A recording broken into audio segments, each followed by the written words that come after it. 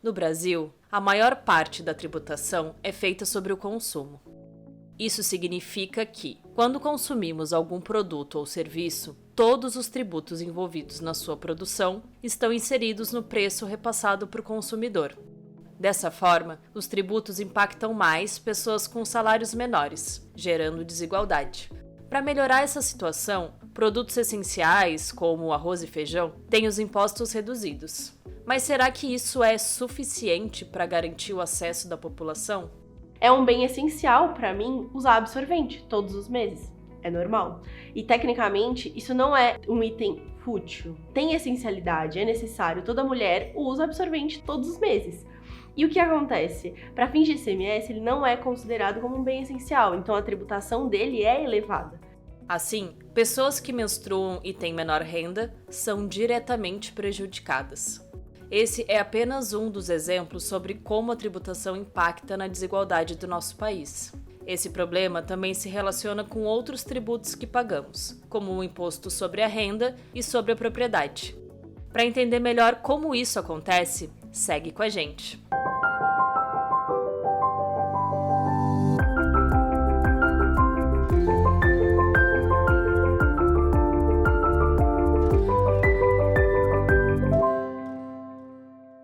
Quando o Estado vai criar a tributação e escolher as grandezas que ele vai tributar, ele tem 3 tipos de grandezas que ele pode escolher. A renda é uma delas, então tudo que a pessoa recebe, que é algo novo no patrimônio dela, é renda. O patrimônio é algo que a pessoa guarda, então, na sua propriedade, é algo que vai ficar com ela por algum tempo. E o consumo, a terceira forma de grandeza, que é quando a pessoa gasta essa renda, ou seja, ela consome algum bem, algum serviço, então ela dispõe daquela renda. Os impostos são cobrados a partir de um fato gerador.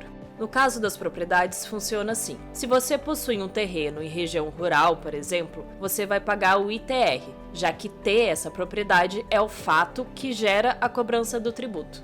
O ITR é cobrado pela União e tem uma alíquota que depende do tamanho do terreno, diferente de quem possui uma propriedade em região urbana, que vai pagar o IPTU.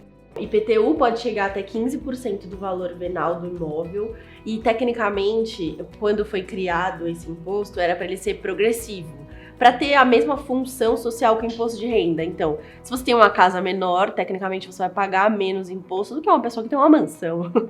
Só que, no fim, acabou que ele não é progressivo, eles têm alíquotas definidas mesmo por cada estado. O aspecto progressivo do imposto é a tentativa de cobrar mais de quem ganha mais, buscando uma justiça tributária. No caso da tributação sobre a renda, o percentual de imposto sobe conforme a renda aumenta. Essas alíquotas são organizadas em faixas salariais, descritas na tabela de imposto de renda. Nos últimos 27 anos, a tabela para o cálculo do IR não foi totalmente corrigida pela inflação. Então, com essa falta de atualização da tabela progressiva do imposto de renda, as pessoas que têm uma renda muito baixa acabam ainda pagando imposto de renda. Então, acabam não ficando na faixa de isenção e até mesmo ficando em faixa com uma alíquota expressiva sobre a sua renda. Apenas em 2023, mudanças na faixa de isenção foram apresentadas. Antes disso, a última mudança havia ocorrido em 2015. Nesse período, até pessoas com menor renda tiveram que contribuir. Com ajustes ou não, o pagamento é obrigatório e a declaração deve ser feita no site da Receita anualmente. Por exemplo, você pode fazer a sua declaração do imposto de renda de forma simplificada ou completa. A simplificada você vai considerar uma despesa de 20%. Então você vai colocar todas as suas rendas e vai ter tipo uma dedução de 20%. Senão você pode imputar todas as suas despesas odontológicas, despesas de educação, existem milhares de despesas. Quando você analisa no caso a caso, você vê que quanto mais poder aquisitivo você tem, mais despesas você tem. Então acaba que no final a alíquota efetiva de pessoas com mais riquezas ou que têm mais rendas acaba sendo menor do que as pessoas que têm menos. Tá curtindo o vídeo? Então já deixa seu like. Além das pessoas físicas, as empresas também precisam pagar tributos. Nesse caso, o imposto de renda é cobrado sobre o lucro por meio de 2 tributos: imposto de renda da pessoa jurídica e contribuição social sobre o lucro. A cobrança depende de alguns fatores e pode ser feita de diferentes formas: lucro real, obrigatório para empresas de maior capital, lucro presumido e o Simples Nacional, alternativa possível apenas para microempreendedores. Muitas empresas se encaixam em mais de um cenário e geralmente escolhem aquele que custará menos para elas. Mas esses não são os únicos tributos que as empresas pagam.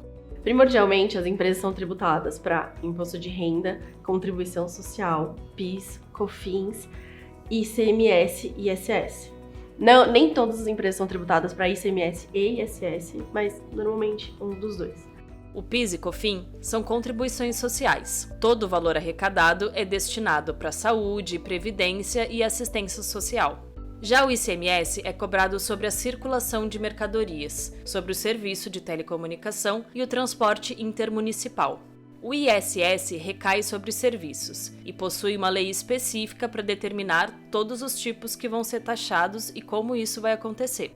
Serviço de streaming, Netflix, é uma coisa super nova. Então, nova assim, né? Entre aspas, faz super parte da nossa vida, mas não estava no rol do ISS, mesmo sendo uma prestação de serviço. Então, o que aconteceu? Fizeram uma emenda para colocar. Então, agora, a lista de ISS tem um item que é serviço de streaming.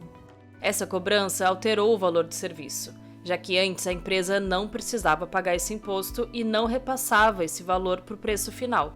Então, se a gente pensa num bem, você vai ter a fábrica que vai fabricar aquele bem, ela provavelmente vai pagar IPI, vai pagar ICMS, aí ela vai vender isso para uma distribuidora, por exemplo. A distribuidora também vai pagar o ICMS, ela vai vender para o mercado também vai pagar o ICMS, então você tem uma sequência de tributos que são pagos pelos diversos agentes da cadeia, eles vão sendo refletidos nos preços praticados por cada um.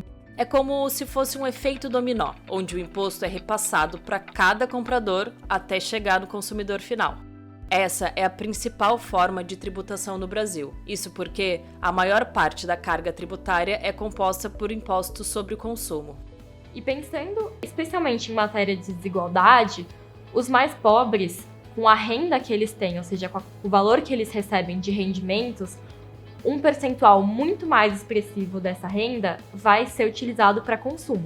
Então, se você for comparar a renda de uma pessoa mais pobre com uma pessoa mais rica, um percentual muito mais expressivo da renda da pessoa mais pobre vai ser para consumo e um percentual muito menor ela vai conseguir poupar e guardar aquele dinheiro no seu patrimônio. Fala-se muito sobre tributar mais a renda do que o consumo, porque se você parar para pensar, o consumo é muito mais forte e a tributação é muito mais alta, então você sempre vai acabar tributando os menos favorecidos, muito mais do que os mais favorecidos. E para onde vão todos esses tributos? As contribuições sociais possuem uma destinação específica, como por exemplo educação, saúde e previdência social. Já os outros são divididos entre os municípios, estados e a União.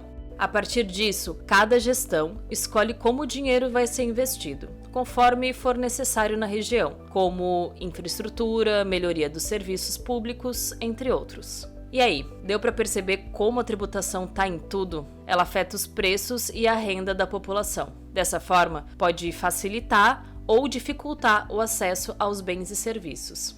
Então, o impacto dessa cobrança na vida de toda a população pode sim gerar desigualdade. Para saber mais sobre o tema, visite a página do projeto Tributos e Desigualdade no portal da Politize. Também estamos no Spotify, com o podcast Conhecendo a Tributação, Entendendo a Desigualdade. Segue a gente lá e deixa seu like. Até a próxima!